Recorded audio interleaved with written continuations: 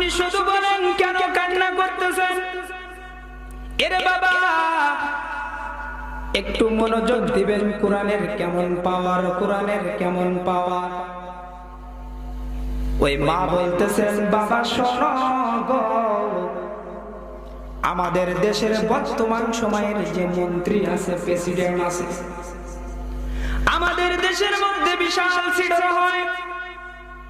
ছিড়র হওয়ার কারণে আমাদের এলাকাগুলো একেবারে লন্ডভন্ড হয়ে যায়, এলাকাগুলো একেবারে লন্ডভন্ড হয়ে যায়। আমার দেশের মন্ত্রী প্রতিটা বছর একটি করে যুবতী রমণীকে নিয়া, যুবতী মেয়েকে নিয়া, ওই যে সাগর পারে একটা রাম মন্দির আছে, ওই রাম মন্দিরের মধ্যে এই যুবতী সুন্দর দেখতে চেহারা এই মেয়েটাকে নিয়া ওই রাম মন্দিরের মধ্যে রেখে দেয়।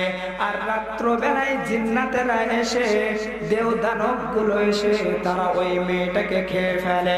সকালবেলা উঠে ওই মন্ত্রী তার প্রজাদেরকে নিয়া ওই লাশটা বাহির করে যার লাশ তাকে ফিরায়া দেয়।